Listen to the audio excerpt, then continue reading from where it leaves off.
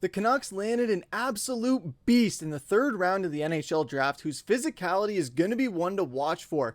And another depth piece is added to a hefty prospect position within this Canucks system that is ready to develop and succeed. We're going to break down all of that in this episode of Canucks Digest. But first, if you're enjoying this Canucks content, you want to stay up to date and join the nearly 7,700 subscribers we currently have on the channel, make sure to hit that subscribe button and the bell icon so you don't miss any of the updates surrounding the Canucks, as it's going to be a very, very busy 2 weeks for the Canucks. And with that, let's hop into the first topic of the day, which is Kieren Dervin. So this is the beast that we drafted in the third round at number 65 overall out of the Kinks and Frontenacs of the OHL, and that is centerman Kieren Dervin. So Stephen Ellis of Daily Faceoff was also tweeting out, as he's been doing throughout the entire NHL draft. He was saying that Kieren Dervin is a Canuck. Dervin is a two-way center who can play with just about anyone, showing a high level of versatility. He's not afraid of anyone. No matter their size, he'll take you on physically and often win despite not being huge. Dervin is a decent skater, although he won't be a burner at the next level. Instead, you'll like him for his all-around toolkit. He's solid defensively and will battle to win every shift at the other end too.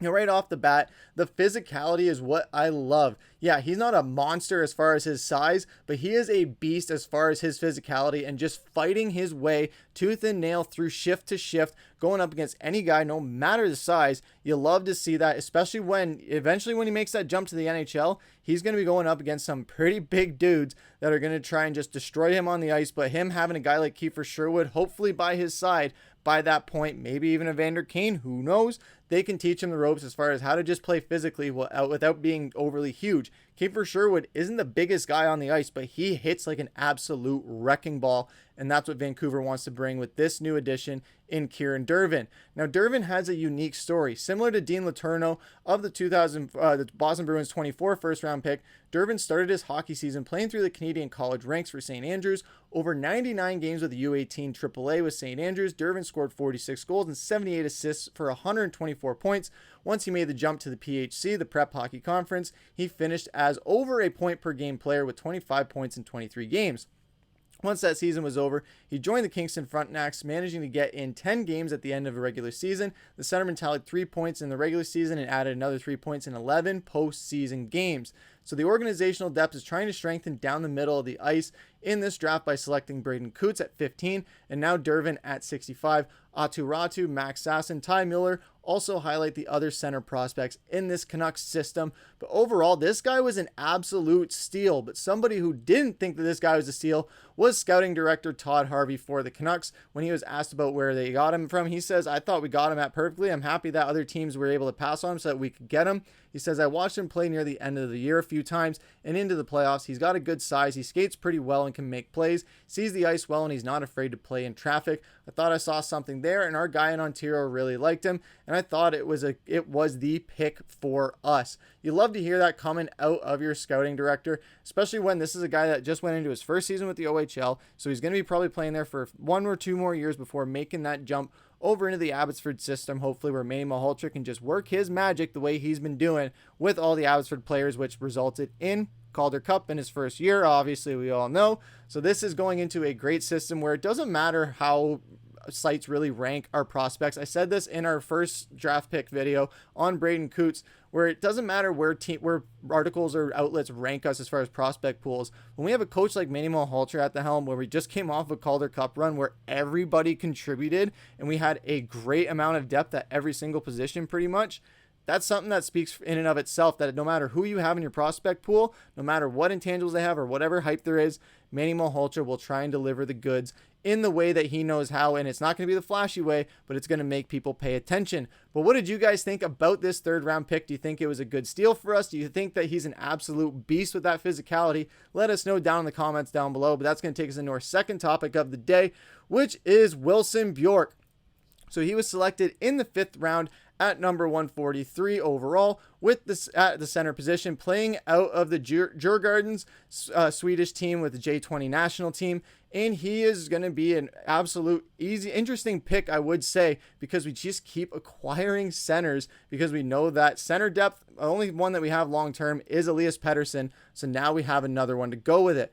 Bjorck is a 6-foot left shot centerman out of Sweden, and he has spent the previous 2 seasons with the Djurgårdens Junior of the Swedish Junior Elite League. Through 84 games, he has scored 37 goals and 54 assists for 91 points. His efforts earned him a promotion to the big club in Djurgårdens, where he went pointless through 10 games, but added 1 goal and 9 points in 9 playoff games for their junior team this postseason. So obviously he struggled a little bit with that jump, but weighing in at just 165 pounds, the 19-year-old will need to bulk up his size to make it at the NHL level. However, by looking at his 98 penalty minutes last season, he looks to play with a bit of an edge to his game despite his smaller stature. Gotta love that. Very similar to the first guy we just talked about. The Canucks are continuing to bolster their organization's need for center depth with this pick after already selecting Braden Coots and Kieren Dervin. There was a little bit of a typo there in Canucks Army in this draft. So overall, this has been a pretty successful draft. We're going to jump into the other draft picks in later videos, but we just wanted to get through the early ones here first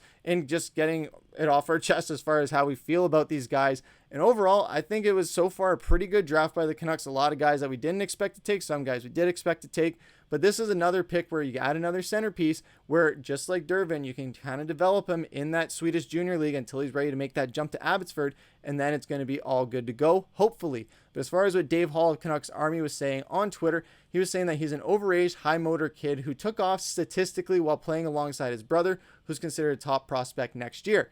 Finished 3rd in goals, 5th in assists, and 3rd in plus-minus, and won the J20 title. And he is committed to Colorado University for the NCAA of next season, so he won't be going back to Sweden, but he will be playing in the NCAA. Kind of similar to what we saw with Tom Willander, one of the other hyped prospects for the Vancouver Canucks. Here's to hoping that another great collegiate product can come out of the NCAA, just like Quinn Hughes did, just like hopefully Tom Willander will do, and some other Canucks that we have within our prospect pool that we're kind of looking at that are already drafted from the college pool or that are going to be emerging from that in the later seasons. We could see a lot of college players in next draft. Who knows? But overall, the Vancouver Canucks, we went with a Canadian in the first round, then we went to the 3rd round and we got another guy as well, another Canadian, and then we go and get a Swede, as everyone was expecting us to do at some point in this draft. A lot of people thought it was going to be Eklund in the 1st round, but it ended up being Bjorck in the 5th round, and now we have 2 more centers to add to our depth in Abbotsford eventually, but also in the OHL and within our farm system. And now we can have guys just work their way up and try and be good depth pieces. Overall, I like adding centers because, like I was saying earlier, aside from Elias Pettersson, there's a lot of uncertainty at center. Filip Hronek, who knows how he's going to be. Teddy Bluger, he's going to be up for extension or traded soon.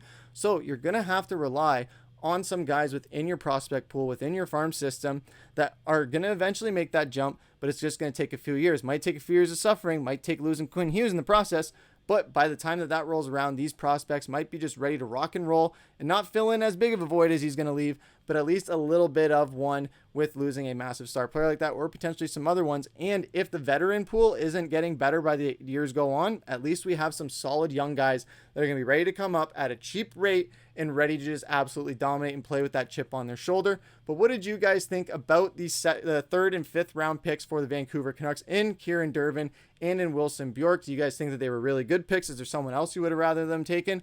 Let us know what you guys have to say about it down in the comments below. And what other draft and free agency stories are you wanting us to look into? We're going to have a lot more updates coming your guys' way. There's going to be another episode later on tonight covering the rest of the draft picks. And then we also have some other trades that we made, and as well as other quotes from scouting director Todd Harvey that you guys won't want to miss. So stay tuned for that. But for now, I've been your host, Griffin. Take care.